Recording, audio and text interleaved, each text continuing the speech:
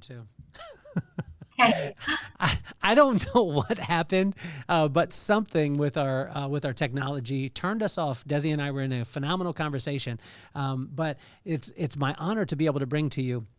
I think one of the greatest real estate agents that's in the business right now. The reason why, I mean, the stats are there. Her bio is probably one of my favorites in the world because it's so simple. I want to read it to you. I don't read many people's bios, but I want to read this to you. Our top producer selling over 100 homes a year, runs a small team and has 25% market share in a town of under 30,000 people. She's a hobby farmer. She's a mom of 5. And also too, I got a chance to be able to spend time and see her, to meet her for the first time. She spoke at Real Estate Spring Break in Salt Lake City. And it was amazing because she talked about things that were practical, that were actionable items that you could do today to really change and take your real estate business to the whole nother level. But it wasn't the huge production side. It was just being yourself and locking into that. She's an incredible mom. She's got more animals than most people would ever even dream of. Her dogs ate her chickens. And so it is my honor and pleasure to bring you Mrs. Desi Williams. So let's get this party started.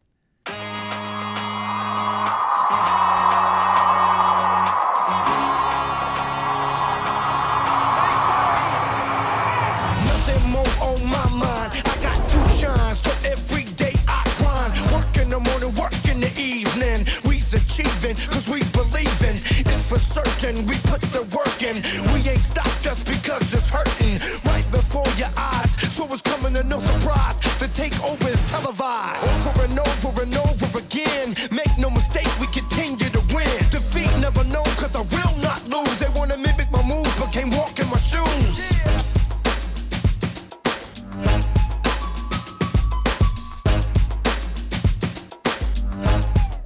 On top of that resume of selling, on this year, you're on pace to sell 130 homes this year. But on top of that, Desi, you are one of the most chill people because we just had a technical difficulty and we had to start the podcast over.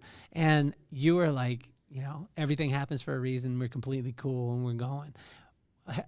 Take me to grandmama, because we were talking about grandma. And she helped you to understand that when you had a dumpster fire, as a lot of us do in our lives, you can make things, work out in your favor. Yeah. So my grandma had a pretty rough life.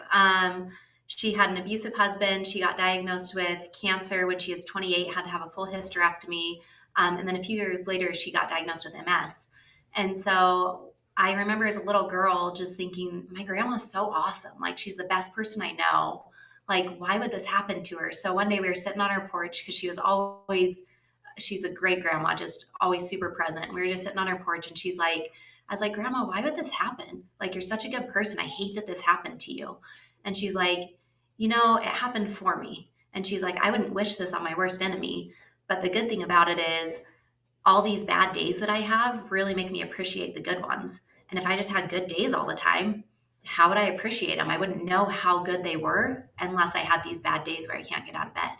Mm. And so that's kind of where my optimistic outlook on life came from. It's like, yeah, bad stuff's going to happen, but if you always look for the positive, your life's going to be so much more fulfilling and so much better.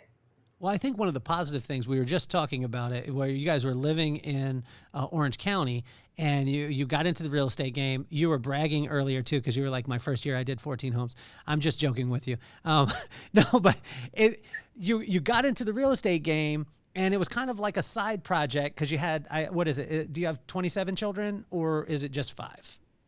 Give or take. It feels like 27 most days. So with 5 children, you kind of start on this thing on the side a little bit. It starts to go, and then your husband loses his job. The company moves and he loses his job. So you guys are in Orange County and you start looking around at different things.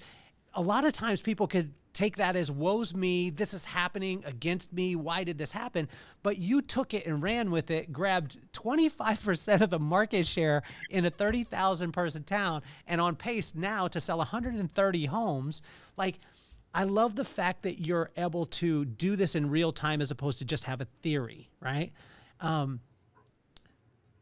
do you explain this to a young kid that's wanting to get into real estate? Because when I look at you, I'm like, damn, I want to sell 130 homes too, Desi. Like, what is the magic beans, Desi? Is there magic beans? Is there a silver bullet? Can I do it tomorrow? Yeah, unfortunately, no silver bullet, or else I will do it.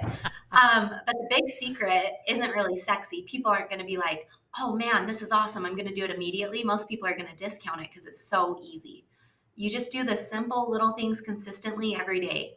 So I hit 20 conversations every day, and I just have a list of really simple things that, like, you make your calls, you follow up with people, you do your social media posts. Is the boring stuff that most people don't want to do. Nobody wants to go to the office and make 20 calls. Like, nobody's excited about that. Nobody's excited about calling strangers, but you just have to put in the work. Where do you get the 20 names? Like, how does this, because for the person who's not in real estate and for the person who's in real estate is like, oh man, just 20 calls. That's what I need to do. And again, like you were talking about, it sounds so simple, right? It's not easy, but for the person that's not in real estate, like, where do I find the people? Like, do I just, I'm thinking Yellow Pages, but you're too young for that. What's the Yellow Page? No, just kidding. Well, so what I would say is it's all about relationships, right? Everything in life is about relationships. So if I was a brand new agent, my advice would be to sit down and make a list of every single person you know. So think about church. Do you go to church? If you go to church, who do you know from church? Have you ever been to the library? Do you know anybody from the library? Are you part of a bridge club? Who do you know from bridge club? Who's your dentist? Who's your attorney? Who's your eye doctor? And you just go through making a list. Who's your kid's friend, or who's your kid's friend's parents? And you just make a list of every single person you know. And then you have authentic conversations with them. You're not calling them and saying, hey, Joe, little Johnny is Kimmy's friend, and do you want to buy or sell real estate? No, it's like you talk to them about things that are actually happening in their life, and you actually care about what they say.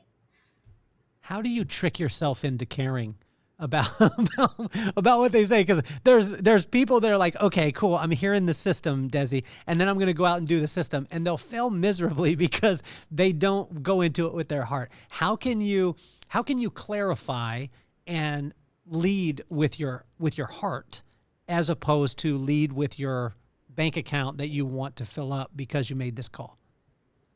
Yeah, so we call that sales breath. Like, people can feel sales breath and they're like, ugh, it's gross. It's like morning breath, but like worse. And so I think you have to actually care. And that might be a gift you're born with. It might be a superpower. I don't know. But I genuinely care about people. Like, when I'm helping them with a transaction, like, I really care about their outcome. And when I have a conversation with someone, I really care what's happening in their life. And I don't know that you can trick yourself, but what I do know is when you come from an authentic place of love with a servant's heart, I think people can feel that and it attracts them to you. It's like a magnetic energy that people just want to be around that kind of energy because it feels good. So we make the 20 calls. Take us through this stuff. This is Okay. normal stuff for you, but it's like mind-blowing for the rest of the universe that doesn't have 25% market share of their town, and they're not selling the amount. I mean, if we did it on, I would love to look at this on scale, right? If you scaled it, not scaling your business, but just looked at it in comparison, right? A 30,000 person town selling 130 homes. That would be like our population here is about 90,000. So in comparison, that would be like selling 390 homes a year in the city where I live. If you live in a million, how many would that be? That's wild. I don't know. I'm not that good at math. So a million would be 30 times, roughly 33 times the size of your town. So that means that a person would sell 3,500 homes. That's crazy. In a year. Wild. So we get some of our calls. We pay for leads. So we do Google PPC. We do some Instagram and Facebook ads and stuff like that. And so those are leads that are coming in. We just barely started this year doing a lot of billboard. And those are like our cash offers where we're trying to get our flips coming in. But we have a database. So at this point, with people, we put everyone in the database. If I coach my kids' soccer team, all their parents, surprise if you're one of their parents, go into my database. And they go in under SOI, right? But they're all in there. So that way I can make sure I stay in touch with them. And I call those people every quarter because you've got to have a system, right? Without a system, you can't scale. And so they go into my sphere bucket, and those people get a call from me every 4 months. They get invited to our client events, community events, our giveaways, all those things. And they like it because you're offering them something. I never ask people for something. I'm always coming from a place of contribution. And then the leads that come in, they're in my like weekly bucket if they're pretty close, or my monthly bucket if they're kind of further out. And so that's how I figure out who I'm going to call. But if you don't have a big database yet, I would say just start with your sphere of influence and add to it. Maybe you need to join a club. Maybe you need to volunteer at the community, but find ways to meet people. And back in the day when I was having a hard time getting my conversations for the week, open houses. If you don't have any listings, find somebody who has a listing, ask if you can host an open house, and go door knock the neighborhood. That's a great way to meet a lot of people in a short 2-hour period. How do you, I mean, you talked about it earlier, you alluded to it where it was kind of a good old boys club, not only in the town, but also in your industry, right? This happens. Yeah. How do you work through that part? Because you've done it so gracefully. Like you know, there's the side that I've seen social and, you know, I've seen the social part where the person becomes the rapping realtor. And it's great for the dude who like did that first. But then you have the guy who's physically uncomfortable while he's doing it, but he thinks it's the trend that he needs to do. And you have seemed to stay away from this thing. You have seemed to be able to say, you know what? I'm Desi. I'm going to work my land and I'm just going to dominate where I am. How did you, like, where did that mentality come from? Because most of the time people are chasing shiny things. Yeah, I think just being authentic to yourself. It seems like energy flows better when you're being true to who you are. And so if I go to try to be the real estate rapper, like that's not me. And people are going to see right through that. And if someone goes and tries to be Desi, like nobody can be Desi. I'm out of control. Like you try to put a harness on this and you're not going to be able to do that. My husband's like, wow, like stop talking sometimes. He's like, you shouldn't say that. But so everyone just has to be themselves and do their own thing, and just be creative with what feels right for them. What about some of these events? This blew me away at spring break too, because you talked about it. And I think people are intimidated a lot of times by events because they say, I don't have this huge budget, right? I don't have massive budget to put on this crazy, you know, especially when people are watching shows like $1 Million Listing, things like that. They're like, I don't have the finances to do it. But you seem to not just look like you were so resourceful in this. Can you share it too? Yeah, for sure. So there's a lot of ways that you can do events for super cheap. So one thing, lenders always want to contribute. So if you can get sponsorships from people, we make a list of people that we refer a ton of people to. So we have a roofer, we have a painter, we have plumbers, we have foundation guys, lenders, title companies, like people who we're in business with a lot, doctors, dentists, because when people move to town, those are all the people that they need to be connected with. So we have a vendor list and we're like, hey, we're going to put you on this list. And then you don't ask for anything until you sent them several people, right?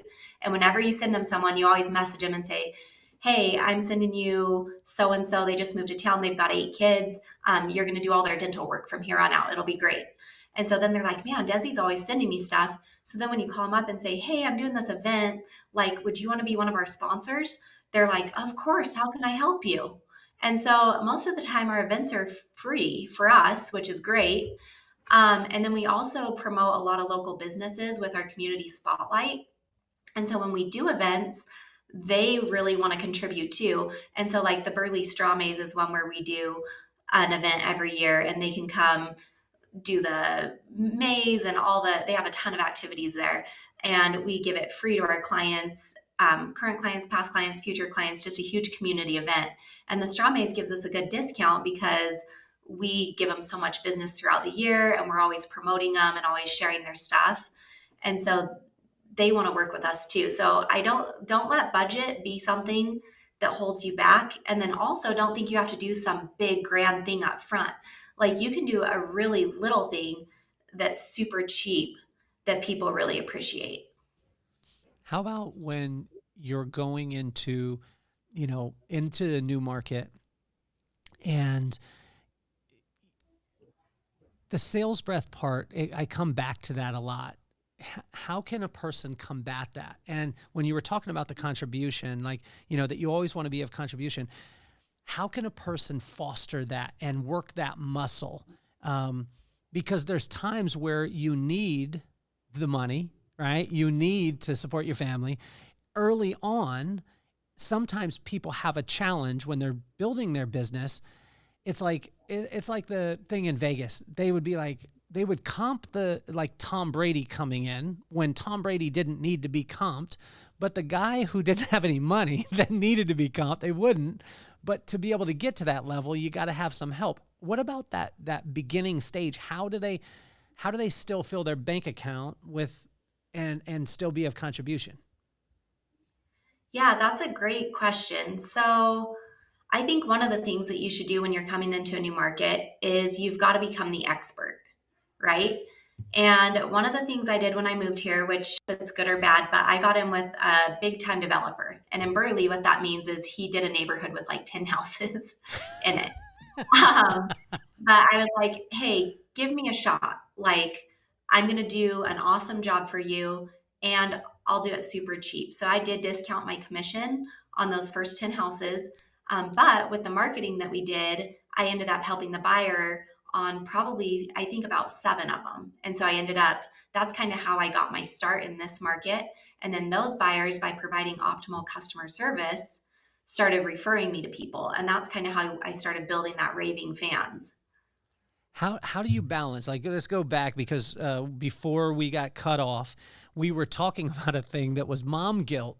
And you and my wife would get along very well. The reason why is because she's an entrepreneur. She's a mom. She's a wife. She's a friend. She's all those things. And guys, when we do all those things, we get high fives. People are like, yeah, you got all these things moving. You could do all these things. As a mom or as a wife or as a friend or just as a woman, there's this guilt associated with everything you do because you're not doing the other thing while you're doing the thing that you're doing. So how do you work that? Because you are so good at what you do and you've seemed to find your lane, your passion, what you're doing. But it comes at a cost, right? Because, right? So how do you work that? It's hard, honestly. People always talk about balance, and I really don't think there is balance. I think you're either killing it in one aspect while you're falling a little bit short in the other aspect or barely staying afloat. And so, I mean, it does come at a cost, right? I've been super successful in my career, but I've lost friends. Like some of the friends that I first met when we moved here don't talk to me anymore. And it's been hard. It's hard because you thought they were your ride or die. And then all of a sudden there's a little bit of maybe jealousy. I don't know if it's jealousy. I don't know if it's just different life circumstances. We can't relate to each other anymore because we were all stay-at-home moms before. And now I'm growing a company and, growing a career. But it's been lonely, I'll be honest. And one of the things that has helped me, at least with friendships and combating that, is finding different circles to be in. So I believe in paying for proximity. And so when I joined Spring's Inner Circle, I met some of my best friends. They're girls I talk to. We'll have virtual coffee dates. I reach out to them when I'm having a bad day, and they kind of help me boost their moms. They know how hard it is to build a career, build a company. And then on the other side, it's like at some points you have to step back. So the past couple of weeks, I've really taken a step back from work and I've focused more on my kids. I'm like, shoot, we only have 3 weeks of summer left and I haven't done everything that I wanted to do as a mom. So it's like, you know what? I'm going to take off all day Thursday and I'm going to take the kids to the pool for the whole day and just be present with them. Or this weekend, I'm not going to do any open houses. I'm going to take my kids and we're going to go to Park City and do the alpine slides. And so I think it's just doing the best you can and trying to let go of that guilt, because it's still going to be there, right? You're always going to feel like you're falling short on some aspect, either at work, in your relationship, or with the kids. But just knowing that you're doing the best you can is sometimes all you can do. So let's talk about the side where I give my wife a hard time this way, because she'll tell me, she'll be like, yeah, I'm kind of, I feel kind of bad because she does a lot of work with Paul Mitchell, and she's actually up on a shoot right now in LA, and she'll be like, oh, I haven't spent that much time, with Maddox, our son, or I haven't spent one-on-one time with my daughter, and she doesn't yell out, I haven't spent that much time with the most loving man that I've ever met in my life, that I love more than anything in the world. How do you work that part, right? Because the responsibility of the 5 kids, the 16 dogs that you have, I think you have chickens. You used to have chickens, but your dogs ate them. Talk about that part of it. How do you, like, as a relationship, because I see so many people that will succeed in their business and then they're, maybe they're not as connected with their kids, or if they're connected with their kids in their business, their marriage isn't the greatest. And you seem to have been able to hit all of them. What are some of the things that a person could put in place, or maybe some challenges that you had that we can learn from? Yeah, so before I got started in real estate, I was a stay-at-home mom and I did all the cooking, all the cleaning, all the yard mowing, all the trash taking outing. Like, I felt like my husband's at work, he's my king, he's providing for us. Like, when he gets home, I'm just going to cater to all of his needs. Like, I don't want him to have to lift a finger. I want him to just be able to relax, enjoy the kids. And as we transitioned, I was still trying to do all of those things while also working 40 plus hours a week, while also doing everything else. And it came to a breaking point one day where I walked into the kitchen and I just lost my mind. I just went off, right? Like a crazy woman, typical crazy woman. And I just like, I can't do it all. Like, nobody's effing helping me. I had a little breakdown, right? But it was a good thing. And I'm happy it happened, because we were able to sit down and have a really deep, meaningful conversation on what changes needed to happen in order for me to survive. Because I was like, I'm going to be in a mental institution in about 2 weeks if we can't figure out how to kind of like make this go, because I can't keep doing it all. And I feel like a failure when I'm not. And so one thing, my husband started cooking dinner almost every night, and he makes breakfast almost every morning. We split the yard work. We hired someone to clean the house. And I have to take care of my animals because he wasn't on board with those. I got him as a surprise. All of them? Even the 10, you have 10 cats or something like that, don't you? Yeah, unfortunately. The cows were the worst one. Did you get the cats before you were married or after you were married? So we just got them. Tyson's cousin brought them over for a birthday gift for our son. Wasn't that nice of her? It started with 2. Unfortunately, they were a boy and a girl, and I didn't know the difference because I'm pretending to be a farmer. So, yeah, I was about to say, because if you had 10 cats before you guys were married, I don't know that the marriage would happen. No, he's not a huge animal lover. Oh, really? So, and how'd you get the cows? How'd you get the cows surprise? Like, how'd that happen? Well, so I accidentally bought them. I saw them. They were a good deal. They're the furry Highland ones with the horns. They're freaking cute. And it was like $3,000 for 2. That's basically free, girl math. And so I bought them. And then my husband had said no to the cows. And I was like, well, probably a soft no. So then I called him one day. It was like 4:45. And I was like, hey, we need to build a fence tonight, because the cows are going to be here around 5. Do you have time to build a fence really quick? He's like, in 15 minutes? No, we can't build a fence in 15 minutes. So long story short, we had to build the fence while the cows were being unloaded from the trailer. And the fence is not very good because they get out almost every day. Can you talk about, you said a soft no. What's the components that reside in a soft no or help you to decipher? Because as a man, I know in my marriage not to translate things. I know I can't, like I'm supposed to. My wife thinks that I should. Like when she looks at me and maybe she's mad at me, I should know that she's hungry and exactly the type of food she needs to eat at exactly what time. But how do you decipher the soft no? Well, I sent him a picture and I was like, aren't these so cute? Like, we should buy them. And he was like, no cows. And I was like, okay, perfect. I'll just get them and then I'll ask for forgiveness later. Do you use this in business also, a soft no? No. Sometimes, maybe a little bit. How do you know when to be resilient? Like, because they always say like, be resilient, push through. But there's some times where you shouldn't push through. There are times with my wife that I just shouldn't no, I should just, let it stop. How do you decipher when to push through and when to take it as a no? Well, with clients, usually when they say no, it's their first line of defense, right? Because you're calling them, they don't know you, they don't like you, they don't trust you. So they're always going to say no. So what you do is you just dig a little bit deeper. And it's like, well, if you could wave a magic wand, like, would you stay in your current house? Like, do you love it? Love it? And if they're like, yeah, if I could wave a magic wand, this is exactly where I'd be. I feel like that's a pretty solid no. So then we still follow up with them till they die. We follow up every month or two and just say, hey, like, it's probably not for you, but like, here's this house that just came on. Do you know anybody who might like it? And eventually they usually will say, actually, yeah, I think we're ready to move. But then other people, when you say like the magic wand, that's one of my favorite things that I say.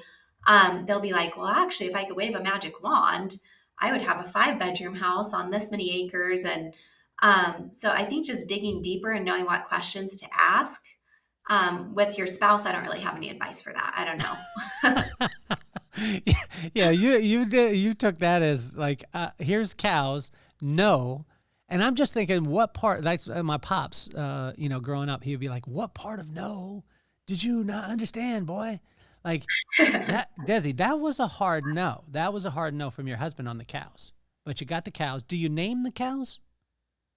Yeah. So we've got a cow named Bessie and a cow named Mabel.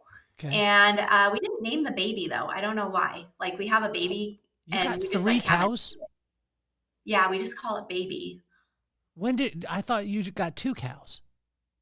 Well, we had 2. Then I surprised him again. I took him to get bread. And you went to get bread and you brought home another cow. Yeah. Well, 9 months later. Popped right out. Did you bring this in your truck? I mean, because it was a baby. So were you able to put it in the truck and bring it home? Well, no. So we took the cows. They got impregnated by a bull. Then we brought them home, and then they had the baby at our house. Ah. Did you surprise them? Did you surprise him with the bull? Yeah, he did. Yeah, he didn't know about the breeding. Didn't know. Is there anything right now that he doesn't know about that's actually going to happen to him in the next couple of weeks? Oh my gosh, you asked me for permission for any question, but that question. Is there anything is there anything on the horizon right now that we can break an exclusive to, So someone offered me 2 free ponies. Like, they're free. How do you say no to that? That's basically them paying you. I know, but he did say no on the horses, and I do feel like that's a hard no. Because he was like, if you bring home any more animals that we have to take care of, then you're going to be sleeping outside with the animals. So I feel like that was pretty hard no, pretty black and white. I don't think he'll do it. He would not put you outside.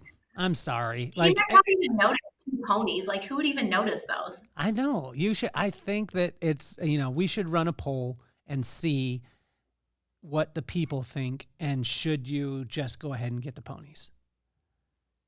Let's do it. I I think think that you that's the should. only way to break this tie. I think that you should. So how do you not look from a limited mentality when, you have 30,000 people in your town? Most people would say, I've only got 30,000. So that's the reason why I don't do X. But you think about it the opposite way, right? How can a person work that muscle? That's a good question. Yeah, because I see it and it's like, well, 450 homes sell in our market every year. And so I'm just going to sell all of them. Like, why wouldn't somebody want to work with me over anybody else? I'm going to provide them the best service possible. And so I think just looking for the opportunity in everything. And one thing I would recommend is journaling. I love to journal. And so I have a gratitude journal where I write 5 things I'm grateful for every day. And some days are hard, right? And so you've really got to look for something you're grateful for. And I've done that with kids. There's a certain kid that sometimes I have a hard time with. And it's like, I don't really like this kid. And it's terrible to say that as a mom, right? It's like, I love him. I love the kids so much. I won't say if it's a boy or a girl, but it's like, they are hard for me. And I noticed I've done it with my spouse too. It's like you get 7 years into the marriage and it's like, man, did I make the right choice? Like, I don't know if I like this guy anymore. And so when you start writing down 10 things every day that you like about that person, you have to start looking for the good instead of looking for the bad. And what I've noticed is the bad just kind of disappears. Just for the note, my wife has never had that thought about like, should I have picked this guy? She has never, like, to my knowledge, you know what I mean? Like, she has always woke up every day super grateful that I'm next to her, and that I say nice things, and and I'm still in that. I'm living in that right now. So I wanted to put that out there for the record. Yeah. Uh, Maybe I'm just encouraging myself here, Desi. Do you feel that, or do you feel that that's just absolute truth? I feel like it's genuine, man. Who wouldn't want to wake up to you every morning? I feel like I am being authentic to myself right now in saying that my wife has never questioned in the 16 years. Never, And ever. she always seems to feel that she made the right decision. That's the way that I feel every day. Like I believe that that resonates with her. We'll have to ask her after this show. Now, Desi, could a person? I said it before. I don't know if I said it on the one the recording that died out on us, but I believe that your principles can be used in a small market, a medium market, a large market, an extra large market. Is there any place where what you're doing wouldn't work? Maybe if there were no houses to sell, like Antarctica. I don't know if there's things there. Do people live there? But if people live in houses in your market, then yeah, the stuff I'm doing is going to work there. If you broke it down into maybe like kind of 5 things that a person could do. And we did this, I was in the professional beauty industry for years. And for me, it became a very simple process because of the systematic way, right? So there was 3 things for us: timing, technique, entertainment. Yeah. Okay. So if you were fast, you had great technique, and you could entertain someone, you had the holy grail. If you were slow, you were the stinky kid. Because there's a lot of people in businesses that are just slow and inefficient, and they think that the technical aspect of them is going to make up for them being slow, and it never will, because you'll always be susceptible. Yeah. If you were to break it down kind of like, in a couple of points, what would those points be for a person to be successful in the real estate market? So I would say number one is consistency. So be consistent in your daily activities, right? Get those conversations every day. I would say a CRM would be really important. Systems. Okay, so consistency, systems, and systems includes like your transaction to close, your CRM, how you follow up with your database. And then I would say raving fans, like providing optimal customer service so that people get up out of their chair if they hear somebody talking about real estate and like sprint over and mention your name. Like, hey, I heard you talking about real estate. Like, you have to use Desi. I'm going to stand here till you call her. And What's then the fourth thing, difference with Desi? Like, what's the difference with Desi when you're talking about it and you're saying that customer service side? Is it my pleasure? Like when you leave, shake the hand. I mean, what are the little things that Desi does that makes a person want to jump up and run across the room? so I would say, well, first thing, like we do these little surprises throughout the transaction and they're so fun and people just like lose their mind and they're not hard and they're not expensive. But when someone goes under contract, we send them cookies and a balloon bouquet. And it's like, congrats, your offer was accepted. We're so excited for you getting into your new home. And then we kind of talk about next steps with them. Once the inspection's over with, we usually send them like a pizza gift card that says, it's super cheesy, no pun intended, but it's like Pizza Hut delivers, we do too. And then in that letter, we actually ask for referrals. And then we'll send them like a moving box package. And then at closing, we get them a super custom gift. Like one time someone was like, oh my gosh, this porch would be awesome with a porch swing and these pillows. And so on closing day, when they come to their house, they've got a porch swing with pillows and it's everything they dreamed of. So just those little touches throughout. But then I think the communication piece is huge because I'll be working with, 10 to 20 clients at a time, but everyone feels like they're my top priority. I respond to people within like 30 minutes or less. And I just think that genuine care, I think, is something. And one time a lender told me, he's like, what's crazy about you, and I've never seen it with any other agent, is your clients. Like we do these events and you have like 400 people coming through and you remember their name, you remember their kids' names, you're asking about how Johnny's soccer went. Like you connect with them on a deeper level.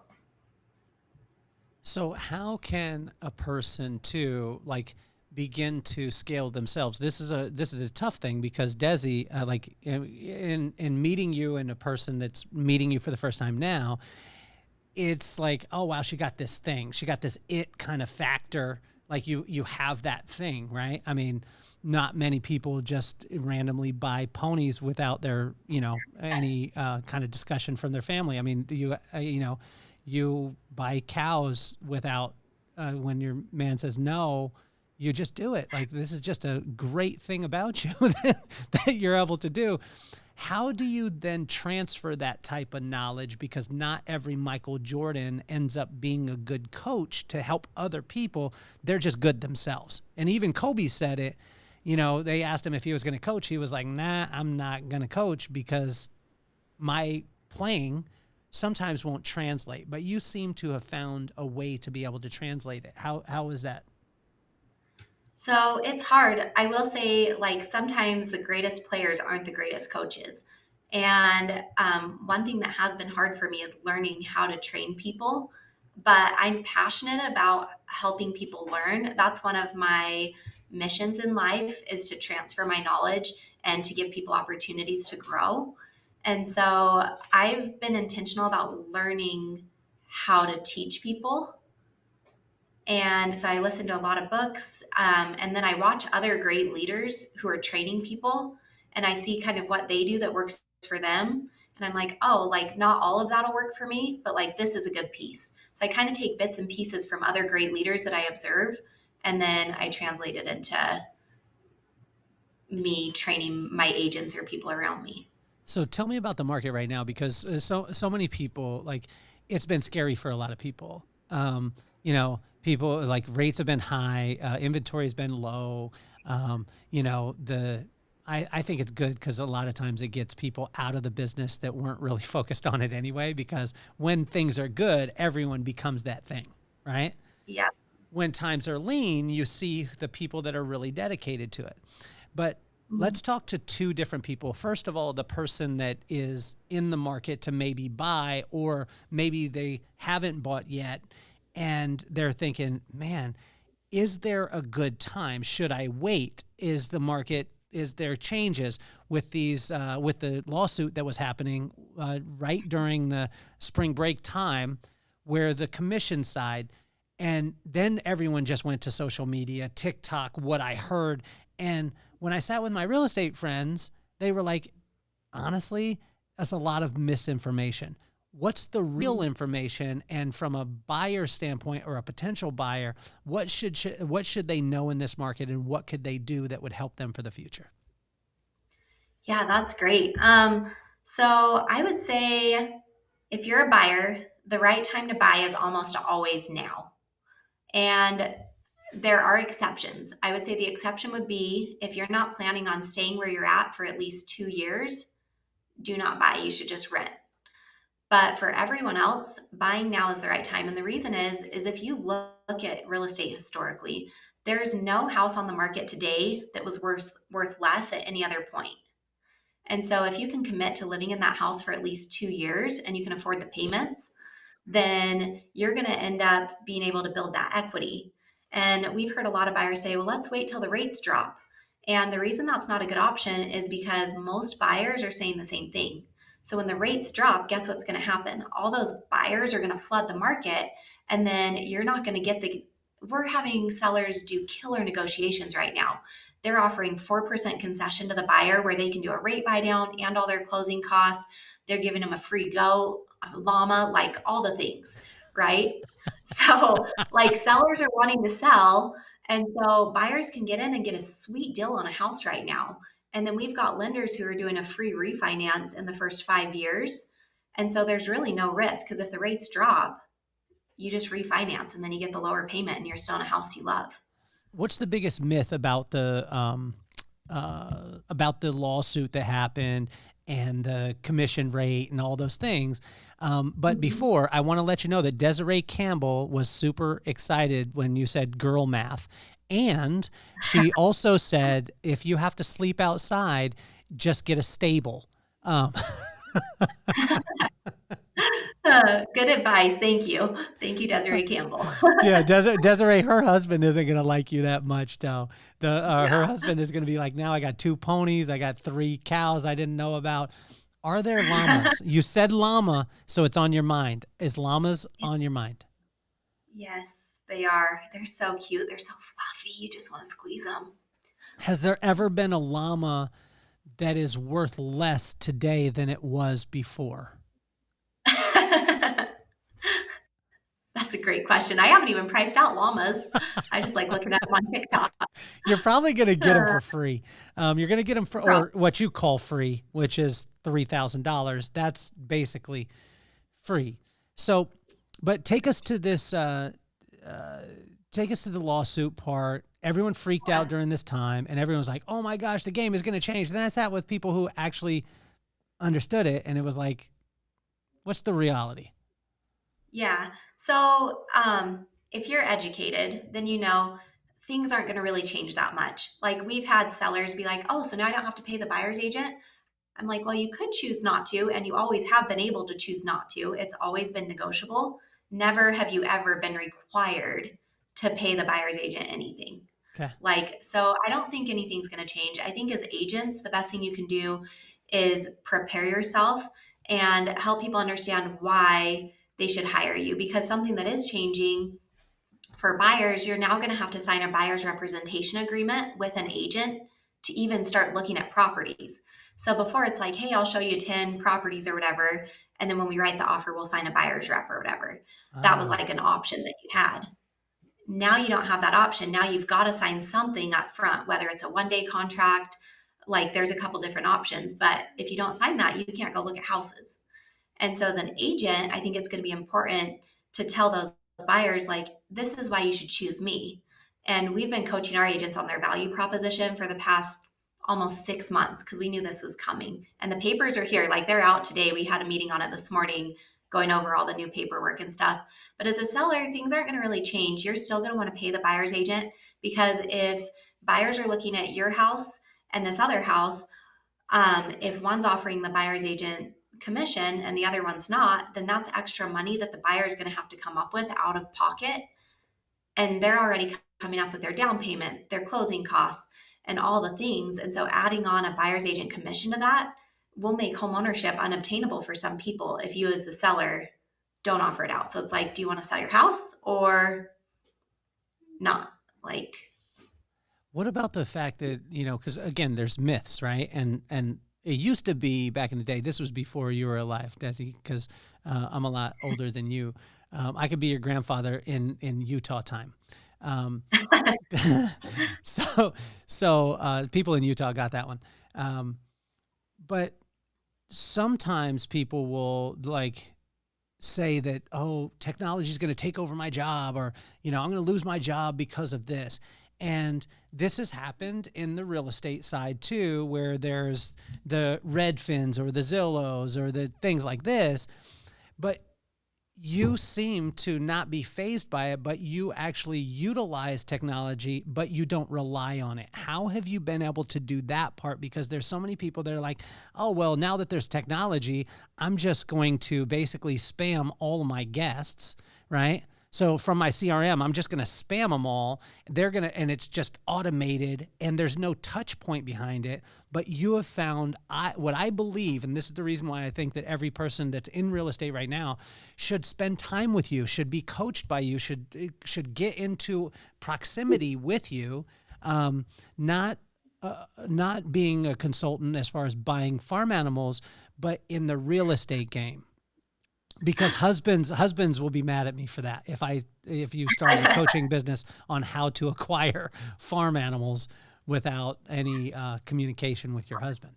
So I would say, yeah, some of the old school agents around here have seen technology as like, they're like, no technology, we won't have any part of it.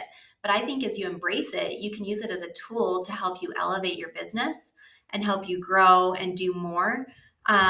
Because like before I was using like a checklist that was on paper. Now I've got one that's automatic. So I think it can be a tool and I think it can be something awesome and use it as a huge asset. But I also think that you still need to have that human element because that's what's going to make you relevant. They've got some places in Utah where they have a lockbox and you as the buyer can sign up somehow and then you can go access these people's home without an agent, which to me is like crazy. And I don't know if they're still doing it, but it was a thing for a while. And so as a buyer, like you think, oh yeah, I could go buy the house myself. But it's like, well, do you know to ask for a septic inspection? We had a client, I was helping them, and then they were like, you know what, I'm going to buy this for sale by owner. They weren't offering any compensation. The buyer didn't want to pay. So they went and bought the house without me. Well, we sold the house about a year and a half later. Come to find out, they didn't have the septic pumped and the septic tank was bad. It was a $15,000 mistake. Whereas if they had an agent and an expert that knew to ask the right questions, they would have been protected and the seller would have covered that before. And so I think just being the professional and knowing what you're talking about when you're dealing with people's most expensive asset is what's going to keep you relevant as technology continues to improve and innovate. I think it's incredible. It's incredible too, because I just had a episode of the podcast the other day. And we called it Work Your Land. And it was, this, I was so looking forward to spending time with you because Desi, you're an example to me of working your land, like not saying, oh, when I get to this point, then I'll be able to do this. It's just like, you just work your land and you dominate your land. I mean, I don't know any other person in any other market that has 25% of their market share. I mean, that's massive, to be able to have it. But when you were talking earlier, you were like, well, if there's 400 some odd homes, why don't I sell all of them? So you're going for 100% of the market share, which I think is amazing. Tell me if any of these stand out to you, and if they do, elaborate on them. When you work your land, you stay out of debt, personally, professionally, spiritually, and financially. When you work your land, you get little breaks, consistency, and diligence. Those things will be there. When you work your land, you won't be lazy. When you work your land, you'll do right, even when you don't want to, and even when the result that you want doesn't happen. Work your land. I think that one. Okay, tell me why. Because people don't want to do the work. And if you want consistent income and you want predictable income, you've got to do the little things, even when you don't feel like it, even when you don't want to. My grandpa used to say, pull up your bootstraps and get to work. And the thing you're dreading is usually the thing you just need to get after and get it done first. So if you hate making your calls, get to the office and do those right away. Don't let yourself get distracted, because any little thing that comes in is going to be better than making those calls. Like, well, maybe I should clean the toilet first before I start my calls, right? But you just got to go in and get it done. Do you think that this relates to, like, you know, one of the things that you don't like is that you don't have ponies. So go and do that first so everything else will fall in line. Yeah, if I get the ponies, then everything else is just going to stack right up and go just how it's supposed to. My husband's going to find you, and he's going to. No, I like your husband. I'm trying to be the voice of reason here, Desi, is what I'm trying to do. In this thing also too, the work your land. And again, like, this whole thing was you. Like, it was an example for me. And this was written 2 days ago. So this was on August 6th, right?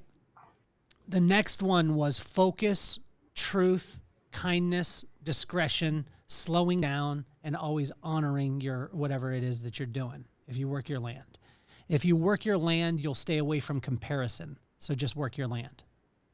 And I think that's huge, because comparison's the thief of joy. You can compare yourself all day. And I think that's something in a small community that people do get stuck on, is comparing. And then they get jealous, and then they get mean. And it's easy to look on someone's social media and be like, oh my gosh, they have a boat, they're going on all these fun trips. Well, what you don't see is their marriage is falling apart in the background. What you don't see on social media is that one of their kids is suffering from severe depression. They don't post that stuff because they don't want people to see the authentic truth. And so I think if you can just stay in your own lane and compare yourself to yourself and be better than you were yesterday. My goal is 1% better every day. So yesterday I failed as a mom, but today I'm going to do better. I'm going to be intentional about loving on my kids. I'm going to be intentional about giving each of them an extra hug that I didn't give them yesterday. I'm going to be intentional about not raising my voice over the little things. When's the last time you failed as a mom? Oh man, I would say I fail often as a mom. I feel like I really fall short a lot. Just last week, my little guy made a mistake. He spilled something all over, and it wasn't a big deal, right? And actually, this was like a couple weeks ago. It was like 2 weeks ago. He spilled like a whole gallon of milk all over a countertop, and it went everywhere. And I was pissed because the cleaning lady had just came that day. And I was like, what the heck? You know, and I blew up and I got mad. I cleaned it up. But last week, before he went to his grandma's house, a similar thing happened. And I remembered how crappy I felt going to bed that night, the last week. And so when he did it again, I was like, he was scared, and you could see it in his eyes. He's like, Mom's going to blow up. And I was like, you know, bud, accidents happen. Like, I'm sorry how I reacted last time. That wasn't an appropriate reaction. Like, who hasn't spilled a gallon of milk all over the floor? Like, everyone. It happens to everyone, right? It happened to you twice because, you know, good for you, bud. It happened to you twice. I was like, well, let's just clean it up together. And that experience was so much better. And he gave me the biggest hug afterwards. And you could just tell, like, I mean, that's the kind of mom you want to be, right? You want to be the kind of mom who teaches out of love. And you don't want your kids to want to obey you out of fear. They want to obey you out of love. So how do you transfer this? This has been the holy grail question. My buddy Will and I were talking about it recently, and your passion, your success in your business really stemmed, if you look back at it, from a challenge, right? You guys were in Orange County. You had the challenge. You were kind of figuring out where to go. You choose a small town, which probably at the time, right off the bat, wasn't your first thought, right? Okay. no.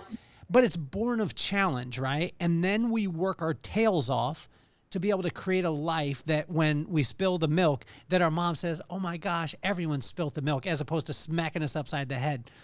But most of the time, the story of the Desis that we hear, the success started from a smack upside the head and having to learn those hard lessons. How do we transfer it to the next generation when we're not giving them the same foundation? So we're not smacking them upside the head.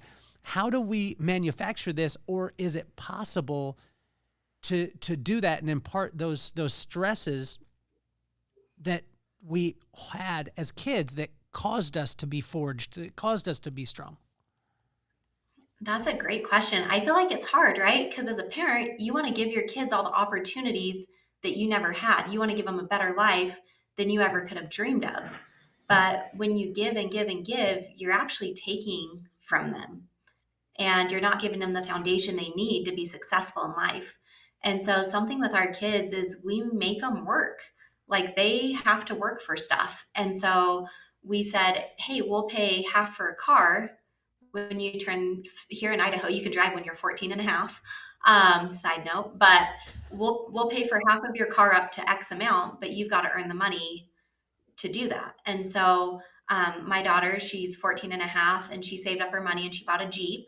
It was 5,000. So she paid 2,500. We paid 2,500. Our son wants a MacBook. And I'm like, yeah, that's great. He's like, well, can't you just buy me one? Like you're rich. And I'm like, I could, but I'm not going to. You can buy your own. He's like, well, how do I earn money? I'm only 12. And I'm like, I don't know, be creative. And so he's learned ways to make money. We got in a car accident, like it was about 6 years ago, and it was a pretty bad one. And some of our kids got settlements. And so they each got about 10 grand. And so they wanted to take it. And I was like, well, you could take the money. It's yours technically when you're 18. Or we could grow the money. And so we gave each of them an opportunity to invest. We're like, would you like to buy a rental property? If you guys pulled all your money together, you could buy your first rental property. And most of them said yes. One of them said no. They just wanted to keep that money in the bank. But the ones who have been pulling it together have been learning how to invest and how to grow that money. And when we do flip houses with their money, they have to come put in the work. Like they're there chiseling the tile out of the shower. They're there throwing the nasty hoarder stuff in the dumpster. Like we make them work. Talk to me about the flip part, because this was great. You said that a lot of the leads will come from or that you just ran a TV ad recently, right? We were talking about that yesterday. And people, when they hear, again, a Desi in real estate selling 130 homes a year, 25% of market share, they're like, damn, that's what I want to do. I just need to get, that's shiny. I'm going to go do that. And then they get their butt kicked, right? The flipping seems to be the same way. Like a person will be like, oh, if I just flip this house, I just roll in, I just buy the house, do a little bit of touch up, you know what I mean? Put some lipstick on it, and then I sell the bad boy, and bang, bang, bang, I'm making all the money in the world. Is that how it is, Desi? Pretty much, yeah. There's never any surprises. You never buy a house and then find out it doesn't have a foundation later. Like nothing bad ever happens when you buy it. No, I think it's a lot of learning. And honestly, if you're thinking about getting into investing, I would highly recommend getting some kind of a mentor to partner with on your first couple, because we learned the hard way, and it would have been easier to learn the easy way from a partner. But I think so. We ran this TV ad, right? And we get so many leads off of it. So we did our first flip house a few years ago, and we did all the work ourselves. It was super hard. It took forever. But we sold it and made a pretty good profit. So then we rolled it into the next one. Well, right now we have 4 going on right now. And obviously we can't do all 4. We can't do the work ourselves with all 4 because we've got 100 cows and chickens and goats and all the things, you know. Ponies and llamas on the way too. Yeah. So we've started hiring out the work for most of it, but we still have our kids help with it. But I think flipping is, you've got to be really careful and you've got to know how to analyze the deal. We talked with a client yesterday. They bought a house. They took a mortgage out on it. It was $160,000. Then they took a HELOC on their primary residence and used $40,000 as a down payment. So they used their HELOC as a down payment, had the loan. Their monthly payment on that is like $1,700 a month. And they've done all the work themselves. They've been working on it for like 6 months. So they've been using the HELOC to pay that monthly payment every month. And so they're like, how much can we sell it for? And I'm like, like not as much as you owe. They're like, well, we have to pay taxes. I'm like, congratulations. No, because you're actually losing 15 grand. So let's not worry about the taxes. So we're trying to figure out a way to help them get out of it. And so there's a garage out back. And so we talked to the county. if we could convert it into a detached dwelling. And I think if we do that, we'll be able to help them walk away with around $5,000. Wow. But if they would have just talked to an expert in the beginning, they overpaid for that house by about $40,000. Wow. So, but they bought it without an agent, and they bought it for sell by owner. well, and if you bought it in Idaho and you didn't work with Desi, you're doing yourself an injustice anyway. Am I correct? I said it. You don't have to say it. But I mean, will you at some point give someone a llama for buying the house? I think I will. I think that would be a really good closing gift. And who wouldn't be a raving fan after that? Well, and I think that because most of the time you buy llamas in twos. So if you gave one away, then you would just keep one because they're fluffy and you should have it. And with girl math, then it's free. Then it's free. And it was you probably write it off too. Tax write-off. Yeah. It'll work out well. You said something that I want to go back to. You said paying for proximity. Can you hit on that real quick? Because there's a good side and a bad side to that, right? There's the part that is like you got to be very careful. Now, your proximity with Spring, I mean, honestly, like if you're in the real estate game and you don't know who Spring Benson is, you're doing yourself an injustice.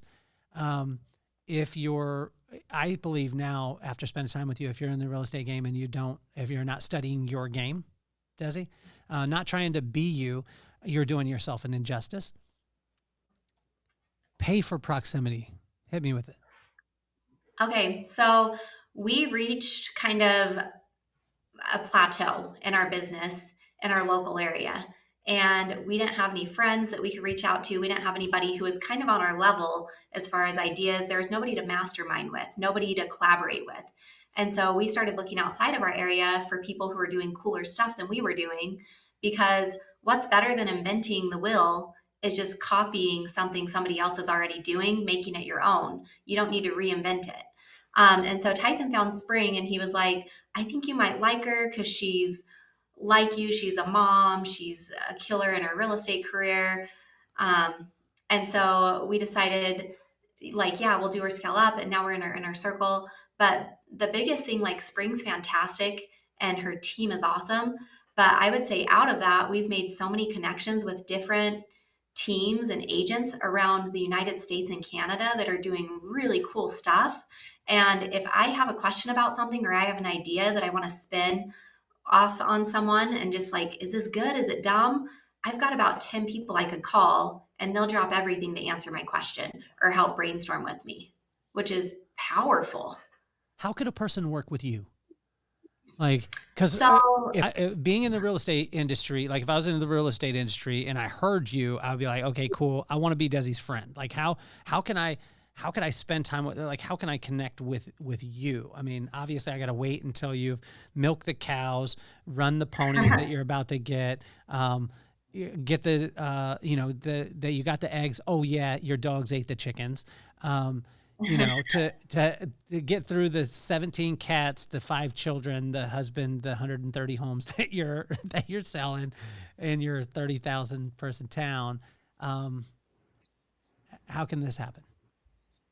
So my husband and I actually just developed something, and it's called Dwell. And it's basically where you get to plug into all of our systems, and it's pretty cool. You get one-on-one coaching and mentorship, but you can plug into all of our systems, and it's not like a monthly fee or an annual fee. It's just like a small percentage of the commission. And so, and there's a cap and everything. So it's pretty much no risk, but our goal is to help agents go from doing like 20 to 30 deals a year, or maybe 10 to 15 deals a year, to that next level. We want to help agents double their business while still being able to maintain a good home life and good relationships with their kids and their spouses. Desi, do you know Desiree Campbell? I don't think so. She just said she's in upstate New York, and if you're ever interested in the area, I would love to chat. So it's funny because even in this time, like I said, when people are listening to you, and I want you to understand, I want to compliment you because you have such a magnetic presence to you, and a place where you make people feel okay. You don't make people feel bad about what they're doing. And I watched this at spring break when you were speaking. While you were speaking, everyone felt at ease with what they were doing, although they all wanted to be better because you were around. This is something that's not very normal, and I want to compliment it at the highest level. Well, thank you. I appreciate that. But you haven't complimented me at all during this whole entire podcast. So the only reason why I did that, because I was fishing to see if, you know. Well, I truly though, like after I got done speaking at spring break and you came up and you were just like, that was so awesome. I took pages and pages of notes. Like you made me feel so awesome. And just like being in your presence, that's why I'm like telling everyone when my friend Nick was looking for a speaker for NiftyCon, I was like, you've got to have Kelly come in. His energy is magnetic. And just when you're speaking, like I laughed, I cried. I mean, I felt it all. It was a roller coaster. Like you're awesome. Thank you. See, that's how you fish for a compliment, right? And I want to tell you, like, the cool thing that when you were talking about like contributing to people, connecting with them, always like adding value to them. This for me is not just lip service. I experienced in my life. My family was affected because, watch this, you were sitting in that audience when I got a chance to do the keynote for spring break.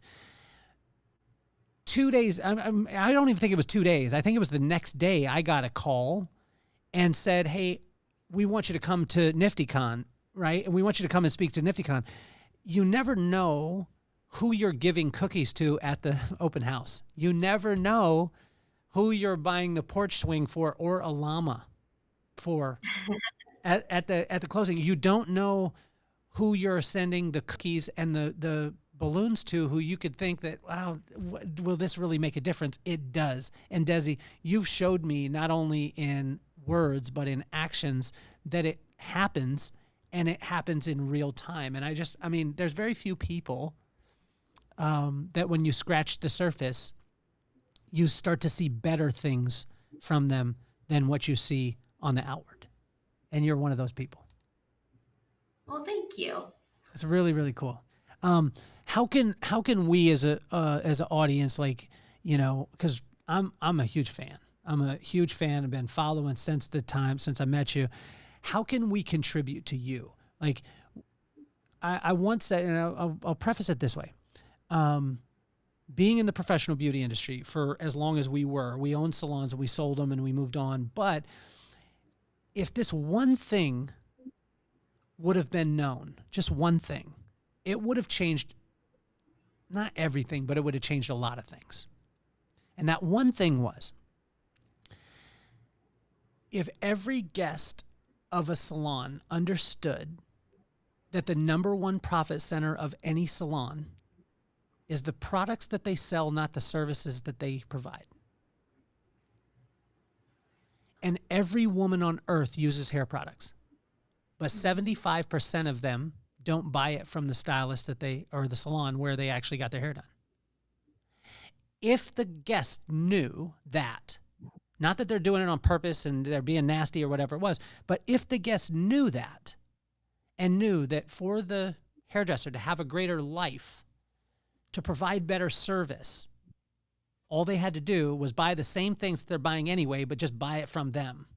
And it would impact their life in the greater, like an unbelievable way. To put it in a scale, I have a friend who owns 42 salons. I asked him if every person that came in, because everyone uses a shampoo, conditioner, and a styling aid, right? And I said, what would it do to your business if every single person bought their shampoo, their conditioner, and their styling aid from your place? Do you know the number that he gave me per year? No, what was it? $5.8 million per year. And I asked him, what would you do with it? He said that I would raise the salaries of my employees. I would give more benefits. I would do these kind of things. The impact would be so monumental in his business. But most people just don't know, so they don't do. How can we as a community, if we knew this thing, how could it help Desi and her family and your business? So I would say number one, referrals. If you guys have anyone move into Southern Idaho, reach out to me. But number two, I would say follow me on social media. And if you think that we align, Dwell is really a cool opportunity. And I really believe in it. And I think it can help benefit people's lives.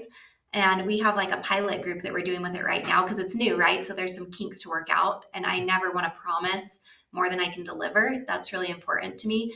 And so we started with this pilot group, and it's been a rocky start, right? But now I think we're to a place where it's getting pretty smooth. And they're already doing more business than they've ever done. And it feels like you're part of something because you're kind of part of a team, but it's different. So I think that would be awesome. If you felt like it aligned with you and it could benefit your life, let's talk and see if it would make sense. What's next for Desi? You're on your bio, which I love. I want to read it again because it's just the best in the world. Mom of 5, top producer, selling over 100 homes a year. You need to make sure we update that because it's 130. Runs a small team. I think that maybe we should take the small team out of there and just say runs a team that has 25% market share in a town of under 30,000 people. And you're a hobby farmer, and you proved that. What's next? So I think next is we really want to grow this Dwell model across the United States. So that's our big goal, is to grow Dwell while still maintaining here. And then this year, I really want to focus on being intentional with my kids. Okay. How do you work the discernment muscle, and not let hubris take over? Because Desi has been so incredibly successful at what she does. But sometimes in that sense, hubris sets in, and it's like, well, then if I touch that, it'll do the same thing. How do you work the discernment muscle to know which opportunity to take and which one to pass on? If it's not a hell yes for me, then it's a no.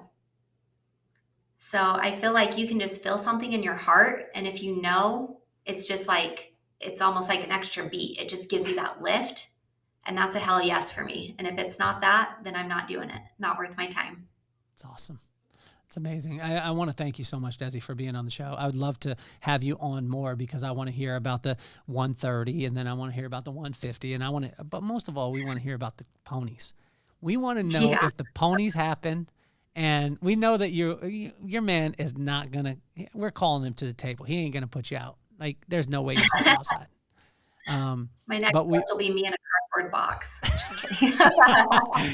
I don't think if it would be a nice cardboard box is what it would be. I want everyone to say hello to the newest member of our family too. This guy is named Ziggy. Let me see if I can move him that way. This guy has rocked our world. He's the cutest little man, but he's been sitting on the desk the whole entire time while we've been here and just chilling. I feel like Dr. Evil because I'm just, I got the little guy. I got to make sure he doesn't get on the keyboard. But Desi, it has been an absolute pleasure spending time with you, and we'll make sure that all the links are there for people to be able to connect with you. If you haven't connected with Desi on social, you need to make sure to do it. But also, we want pictures of the ponies and the horses, or the ponies and the cows. Okay. We would appreciate that on the social. Can you do a video? Maybe hitting one of your points, but with the Highland cows, like in the shot. Yes, absolutely. Yeah.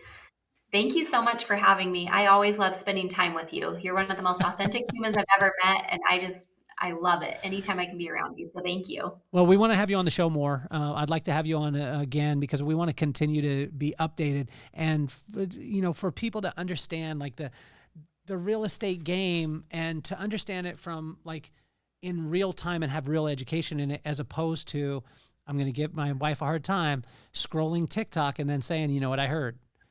Now, not to say that not all of it is fake, but I would much rather have an expert like yourself, to be able to understand and know from that. So I'd love to be back anytime. Well, we really appreciate you. You're incredible. If you have been rocking with the podcast, we appreciate you.